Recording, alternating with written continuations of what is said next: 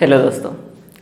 मैं जो बहुत दिनों से जो है वीडियो नहीं बना रहा था और 12 से 13 वीडियो बनाकर ही जो है स्टॉप कर दिया था। उसी वीडियो को जो है हम आज आगे बढ़ाएंगे। जैसे कि पिछले वीडियो में पढ़े थे कि उत्तर मुगल काल, और उत्तर मुगल काल में जो है पहला जो है टॉपिक पढ़े थे बहादुर शाह प्रथम के विषय में, और बहादुर शाह प्रथम के विषय में पढ़ लिए थे। और आज जो है हम लोग इस वीडियो के माध्यम से जो है बहादुर शाह के बाद का पढ़ेंगे, जब जहांदार शाह आता है सो। तो चलिए हम लोग देखेंगे कि कैसे जो है बहादुर शाह की मृत्यु हो जाती है, और बहादुर शाह की मृत्यु के पश्चात उसके लाश को जो है 10 दिनों तक जो है नहीं दफनाया जाता है, क्योंकि उनके पुत्रों में जो है उत्तराधिकारी का जो है युद्ध छिड़ जाता है। और उस उत्तराधिकारी के युद्ध में जो है सभी जो पुत्र जो आपस में लड़ने लग जाते हैं। और एक उत्तर मुगल काल चाहे पूरा प्रारंभिक मुगल काल हो, पूरे मुगल काल में एक ऐसा व्यवस्था था कि उत्तराधिकारी का कोई भी जो एक नियम नहीं था कि ताकि जो मान लीजिए कि अगर कोई शासक मर रहा है, उसका जो है कोई बड़ा ही पुत्र जो क्या होगा शासक बनेगा, ऐसा वहाँ पे कोई नियम नहीं था।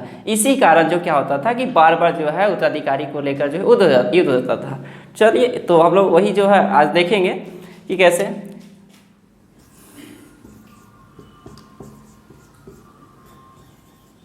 बहादुर शाह प्रथम के 4 पुत्र होते हैं।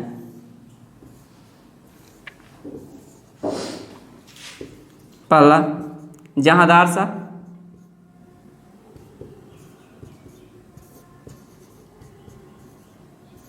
दूसरा अजीम उस शान,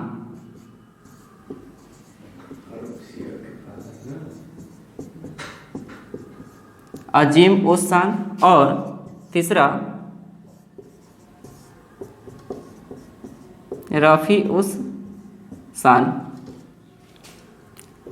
और चौथा जहान शाह। इन चारों पुत्रों में जब बहादुर शाह की मृत्यु जो है दोस्तों 1712 ईस्वी में हो जाती है, तो इन चारों पुत्रों के मध्य में क्या होता है कि आपस में जो है उत्तराधिकारी का जो है युद्ध हो जाता है। लेकिन इन सभी पुत्रों में जहांदार शाह जो है सबसे कमजोर पुत्र रहता है, जो एक ईरानी सामंत रहता है जिसका नाम है जुल्फिकार खां।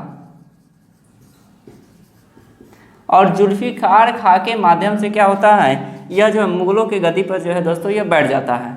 और बैठने के बाद जो है जितने भी प्रशासनिक व्यवस्था होता है मुगलों का, वो सारे जो है प्रशासनिक व्यवस्था जो है जुल्फिकार खां के हाथों में जो है आ जाता है। और यहाँ तक कि जो है जहांदार शाह जो है इसे अपना जो है वजीर ही बना लेता है, जो उस समय वजीर क्या होता था, सबसे जो है मुगल दरबार में सबसे बड़ा पद होता था। और यह अपने को अस्थाई और अच्छा तरीका से जो व्यवस्थित करने के लिए जो है क्या करता है कि अपने पिता यानी अपने पिता असद खां को, असद खां इनके जो पिता असद खां रहते हैं, इनको जो है दरबारी जो है वकील बना देते हैं।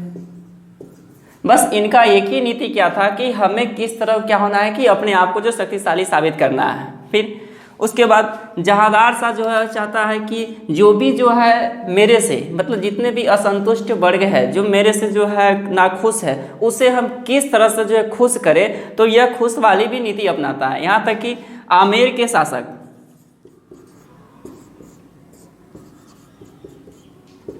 आमेर का शासक जय सिंह, आमेर के शासक जय सिंह को जो है यह मालवा का सूबेदार बनवाता है। यानी कि मालवा का क्या करता है, यह सूबेदार बना देता है। और साथ ही जय सिंह को जो है दोस्तों यह मिर्जा राजा की उपाधि भी दे देता है। आपको जो है जय सिंह से अभी फिलहाल इतना जो है ध्यान रखना है। जहांदार शाह क्या करता है कि अपने असंतुष्ट वर्गों को जो है खुश करने के लिए जो है क्या करता है, अच्छा नीति अपनाता है। और उस अच्छे नीति के तहत जो है आमेर के शासक जय सिंह को जो है मालवा का सूबेदार बनाता है। सूबेदार का मतलब होता है कि वैसे प्रांत का जो है मतलब एक प्रांत का क्या होता है, वो प्रमुख होता है, जो उसका काम होता है कि उस मतलब कि वहाँ के शांति व्यवस्था को जो है पूर्ण रूपेण जो है अच्छा तरीका से चला सके। इसलिए जो है क्या करता है, वहाँ का जो है सूबेदार जय सिंह को बनाता है, और साथ में जो है जय सिंह को जो वहाँ का सूबेदार नियुक्त करता है। और उसके अतिरिक्त जो है मिर्जा राजा का भी जो है उपाधि जो प्रदान कर देता है। बार बार दोस्तों जो है प्रश्न में यह पूछा जाता है, आपको जो है इससे जो यहाँ पढ़ना है। फिर देखिए वही जो मरवार के शासक अजीत सिंह, मरवाड़ के शासक अजीत सिंह को क्या करता है, जहांदार शाह ने जो इसे जो गुजरात का सूबेदार बनाता है, और गुजरात का सूबेदार बनाकर और इसे जो है महाराजा का उपाधि देता है। तो आप इससे दो प्रश्न याद रखिए कि मरवाड़ के शासक अजीत सिंह को जो है गुजरात का सूबेदार बनाता है, और साथ में जो क्या करता है, उसे जो है महाराजा के जो है उपाधि भी प्रदान करता है। साथ में हम लोग देखे थे कि जिस तरह बहादुर शाह जो है, बहादुर शाह प्रथम जो है जाटों के सरदार चूड़ामन और बुंदेला सरदार जो है छत्रसाल के साथ जो है सहयोगात्मक नीति अपनाता है, उसी तरह भी क्या करता है, ये भी जो है सहयोगात्मक नीति अपनाता है और उसे भी जो है मेल मिलाप के माध्यम से अपने दरबार में जो है बनाए रखता है। लेकिन इनका जो है जिस तरह जो है बहादुर शाह का दमनकारी नीति जो है सिखों के प्रति था, सेम उनका भी इसका भी नीति जो रहता है कि सिखों के प्रति जो क्या होता है, दमनकारी नीति रहता है, ये भी जो है बंदा बहादुर और सिखों को जो है देखना नहीं चाहता है, इसलिए जो हमेशा क्या करता है, उससे जो है हमेशा जो है युद्ध ही करते रहता है। ठीक है, पहले जो आप क्या कीजिए, जितना हम अभी बताएं उसे आप जो है नोट कर लीजिए, फिर हम आगे बढ़ते हैं।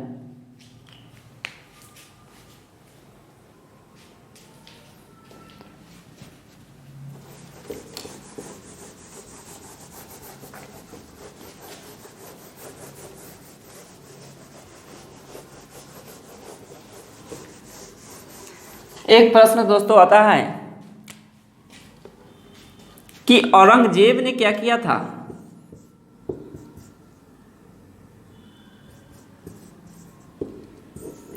औरंगजेब ने जजिया कर को क्या किया था, लगवाया था, लेकिन जैसे ही जहांदार शाह जो शासक बनता है वह जजिया कर को क्या करता है, समाप्त करवा देता है। जजिया कर के विषय में भी दोस्तों हम लोग पहले ही पढ़ चुके हैं। जजिया कर क्या है, जजिया कर जो सबसे पहले भारत में जो है मोहम्मद बिन कासिम के द्वारा जो है लगाया गया था, और उसी प्रकार जो यह सिलसिला जो आगे की तरफ बढ़ता चला जाता है, और लास्टली जो है जजिया कर को जो है मोहम्मद शाह, जिसे हम लोग रंगीला बादशाह के नाम से जानते हैं, वह क्या करता है, पूर्ण रूपेण जो है समाप्त करवा देता है। लेकिन औरंगजेब के बाद जो क्या होता है कि जहांदार शाह ने जो है जजिया कर को समाप्त करवाता है। यह दोस्तों एक प्रकार का जो है एक धार्मिक कर था जो सिर्फ गैर मुस्लिमों से लिया जाता था। यह जो है धार्मिक कर था जो गैर मुस्लिमों से जो है यह लिया जाता था। इसने क्या किया था, जहांदार शाह ने जो है इसे जो है समाप्त करवा दिया। जजिया कर से ही संबंधित दोस्तों एक होता है जकात कर। जकात कर भी जो एक प्रकार का क्या होता था, ये भी जो धार्मिक कर ही होता था, जो सिर्फ और सिर्फ जो है मुस्लिमों से लिया जाता था। लेकिन यह जकात कर का व्यवस्था ऐसा था जो यह तो मुस्लिमों से लिया ही जाता था, लेकिन यह जो है टैक्स जो है लेकर मुस्लिमों पर ही खर्च कर दिया जाता था। लेकिन जजिया कर में ऐसा नहीं था कि जो है गैर मुस्लिम से लिया जाए और गैर मुस्लिमों पर ही खर्च कर दिया जाए, इसके अंतर्गत यह नहीं था। साथ में इसके समय जहांदार शाह के समय दोस्तों जो है एक इजारादारी व्यवस्था जो है बहुत ही प्रचलित थी। इजारादारी व्यवस्था पहले हम लोग पढ़ रहे हैं जहांदार शाह, तो इसका शासन पीरियड हम लोग लिख लेते हैं।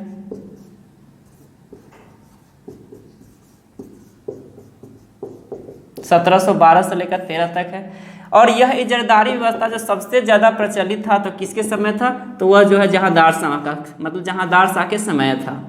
यह इजारादारी व्यवस्था के तहत क्या होता था, एक प्रकार का जो है यह एक टैक्स व्यवस्था होता था।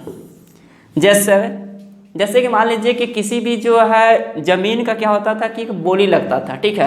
अब बोली के माध्यम से क्या होता था कि कोई ठेकेदार जो है उसे खरीद लेता था, और जैसे कि ऐसे तो आमतौर पर जो इसे साल भर के लिए लगाया जाता था, लेकिन इसके समय में जो है 3 साल के लिए जो ये ज़मीनें जो क्या किया जाता था, ठेके पर बेच दिया जाता था। अब मान लीजिए कि सपोज कीजिए कि अगर हम राजा है और हम राजा है ज़मीन को क्या करते हैं, अगर जैसे कि नीलामी करते हैं और कोई हमसे ज़मीन जो है 3 साल के लिए खरीद लेता है। जब हम खरीद लेता है तो हम अधिक मात्रा में उससे पैसा लेकर ही बेचेंगे, लेकिन जो खरीदेगा अब उसका काम क्या होगा कि अब क्या करेगा, वह किसानों से ज़्यादा टैक्स लेगा। यहाँ भी क्या होगा, किसान ही पीछे आएगा। इसलिए जो है यह जो व्यवस्था जो इसके समय ज़्यादा प्रचलित था। और एक और क्या था कि जनता भी जो है इससे क्या था, ज़्यादा ही परेशान था। किससे, तो जहांदार शाह से, क्योंकि यह जो है खुद जो अपना काम नहीं करता था, जुल्फिकार खां के माध्यम से टोटल काम जो है यह करता था।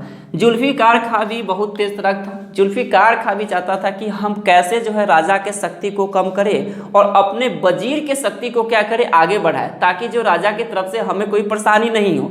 इसलिए जो है यह जुल्फिकार खान ने क्या किया था कि अपने एक बहुत नज़दीकी मित्र था, उसका नाम था, जिसका नाम है सुभग चंद्र। सुभग चंद्र को दोस्तों इसने जो है अपना पद पर जो है बैठा दिया। मतलब कि जो इसे वह वजीर के पद पर था ना, तो वह क्या किया, अपना शक्ति का प्रयोग कर सुभग चंद्र को जो अपने जगह पर बैठा दिया और वजीर के अलावा जो अन्य कार्य जो अपने हाथों में ले लिया, ताकि क्या हो, राजा का संपूर्ण जो है कार्य जो है मेरे हाथों में चला। लेकिन इसकी जो नीति थी, यह नीति जो है जहांदार शाह समझ गया कि भाई अब जो लग रहा है जहाँ जुल्फिकार खान जो मेरा जो है लुटिया साफ करिए देगा, तो इसलिए इसने क्या किया, इसने भी चाल चला और इसने भी एक अपने संबंधी जिसका नाम है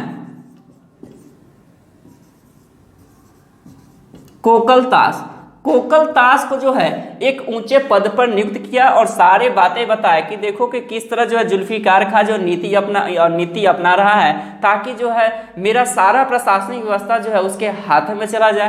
तो इसने क्या किया, कोकलतास ने क्या किया, एक संगठन बनाया और ये संगठन का एक ही इस संगठन बनाया और संगठन का एक ही क्या था, निर्णय था कि फिर से क्या करना है कि संपूर्ण शक्ति जो है राजा के हाथों में जो है एकत्रित करना है। और ऐसा ही हुआ और कोकलतास के माध्यम से जो है संपूर्ण शक्ति जो है राजा के हाथों में आ गया। लेकिन इसके कुछ दिन बाद यह जो है जहांदार शाह जो है लाल कुबरी नामक वेश्या के चक्कर में बेचारा पड़ गया